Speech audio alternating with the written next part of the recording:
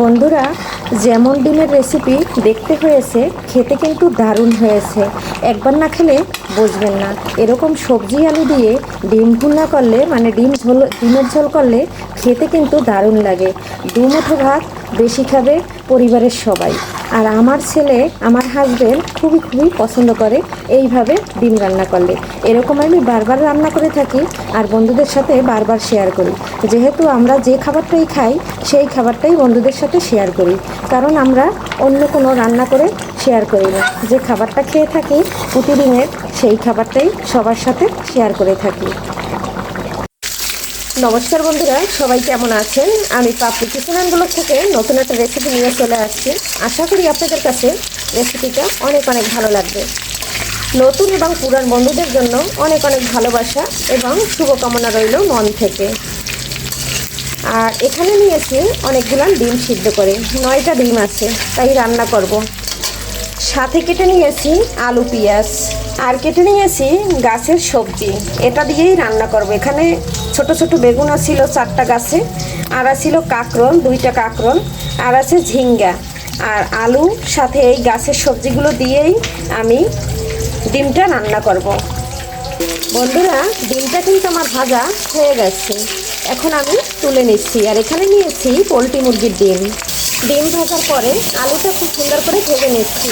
আলুটা খুব সুন্দর করে ভেজে মশলা কষিয়ে সব সবজি একসাথে কষিয়ে রান্না করে নেব। বন্ধুরা সাথে থাকেন, দেখতে পারবেন। ভিডিওটা স্কিপ করলে বুঝতে পারবেন না কিভাবে আমি ডিমটা রান্না করি। আর আমি সব সময় আমার মতো করে রেসিপিগুলো শেয়ার করি। আমার দিদি ভাইরা এবং অনেক বন্ধুরা খুব সুন্দর করে রান্না করতে পারে। তাদের কাছে আমি রান্নার জায়গায় কিছু না, তবে রান্না আমার ভালো লাগে, রান্না আমি ভালোবাসি, তাই রান্নার ভিডিও শেয়ার করি। আর আমি ঘরে বসে যে রান্নাগুলো প্রতিদিন যে রান্না করি, যে রান্না আমরা খাবার খেয়ে থাকি, সেই রান্নাই আমার বন্ধুদের সাথে আমি শেয়ার করি। কারণ আমি হইলাম সামান্য একজন কৃষকের ওয়াইফ বলেন আর কৃষকের মেয়ে বলেন, তাই। কারণ আমরা কোনো বড় লোক না, এবং আমরা ছোট্ট একটা ফ্যামিলি। আর গরিব মানুষের রান্না সামান্য পরিমাণ যা রান্না করি সেটাই কিন্তু আপনাদের সাথে শেয়ার করি। বন্ধুরা, আলু আর কাঁকরোলটা কিন্তু আমার ভাজা হয়ে গেছে, আর এখন কিন্তু আমি তুলে নেব। আমি যে বেগুন আর চিচিঙ্গাটা যে কেটে রেখেছি সেটাও আমি ভেজে নেব, কারণ কাঁকরোলটা শক্ত, আলুটা শক্ত, তাই একটু সময় করে ভেজে নিলাম। আর এটা তো হালকা দিয়ে বেগুন আর দুন্দই হালকা কিন্তু ভেজে নিলেই হয়ে যাবে। এখন আমি তুলে নেব। ডিম সবজি সব কিন্তু একদম ভেজে তুলে নিয়েছি।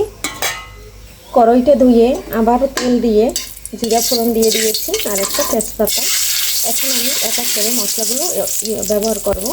কিছুটা পেঁয়াজ কুচি দিয়ে দিয়েছি। পেঁয়াজটা ভাজা হয়ে গেছে, আমি বাটা মশলা দিয়ে দেবো। 1 চামচ পেঁয়াজ বাটা দিয়েছি, 1/2 চামচ রসুন বাটা দিয়েছি, অল্প একটু আদা বাটা দিয়েছি। মশলাটা দিয়ে একটু নেড়ে ছেড়ে দিচ্ছি। কাঁচা গন্ধটা দেওয়ার পরে একটু জল দিয়ে এখানে গুঁড়ো মশলা ব্যবহার করব। তেল কিন্তু আর দিব না, যেহেতু তেলের উপর আমি সব কিছু ভেজে নিয়েছি। এই তেলেই কিন্তু রান্না করে নেব। আর ভিতরে কিন্তু 1 টুকরা দারচিনি দিয়ে দিয়েছি। এখানে দিয়ে দিচ্ছি মরিচের গুঁড়া, দিয়ে দিচ্ছি হলুদ, দিয়ে দিচ্ছি জিরা ও ধনিয়ার গুঁড়া। এখন দিয়ে দিচ্ছি স্বাদ অনুযায়ী লবণ। অফ ক্যামেরায় একটু গরম জল দিয়ে দিয়েছি। এখন আমি মশলাটা খুব সুন্দর করে কষিয়ে নেব। মশলাটা কিন্তু কষানো হয়ে গেছে, তেলটা কিন্তু একদম ছেড়ে দিয়েছে। আর আমি যেহেতু অনেক সময় বসে মশলাটা কষিয়ে নিয়েছি, 10 মিনিট হয়ে গেছে। আর মশলাটা যত ভালো করে কষানো হবে তরকারি কিন্তু ততটা টেস্ট লাগবে। এখন আমি আলু আর কাঁকরোলটা বেছে নিয়েছি, ওটা দিয়ে কষিয়ে নেব। আরও 5 মিনিটের মতো কষিয়ে নেব।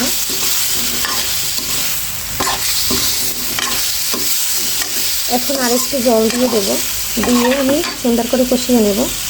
জলটা গরম জল দিয়েছি, গরম জলেই দিয়ে আমি সব কিছু করি রান্না টান্না। তার কারণ গরম জল দিয়ে রান্না করলে টেস্ট ভালো আসে, খেতে দারুণ লাগে। একটু নেড়ে ছেড়ে দিলাম।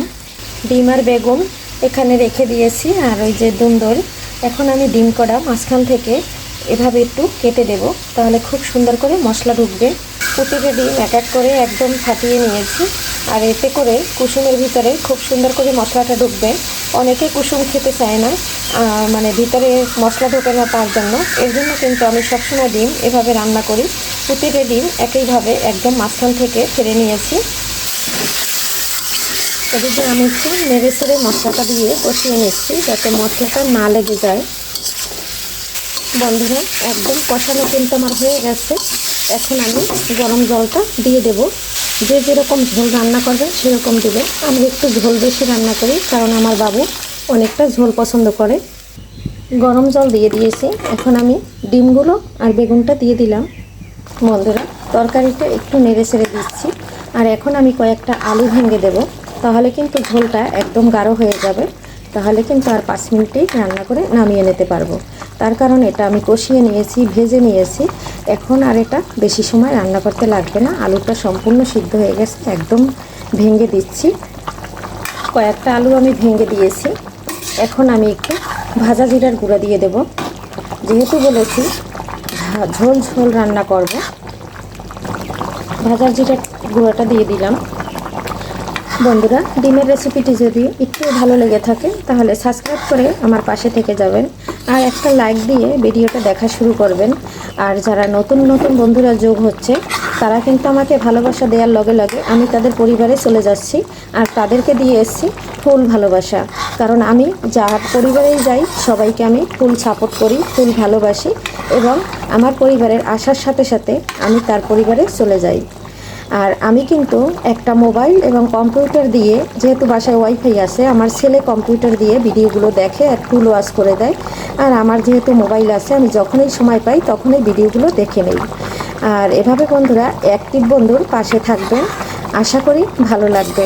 আর আপনারা অ্যাক্টিভ মানে পারফেক্ট একজন বন্ধু পেলেন আর পারফেক্ট ভিডিওটি ফুল ওয়াচ পেলেন। তাহলে এরকম বন্ধুই তো সবার দরকার। তবে বন্ধুরা, রান্নাটা কেমন হয়েছে অবশ্যই কমেন্ট করে জানাবেন। ভালো লাগলে রেসিপিটি একটু সাবস্ক্রাইব করে বন্ধু হয়ে পাশে থেকে যাবেন। পারফেক্টভাবে কিন্তু একদম রান্না হয়ে গেছে। এখন নামিয়ে নেব। বন্ধুরা, কেমন লাগলো ডিম রান্নার রেসিপিটা অবশ্যই জানাবেন।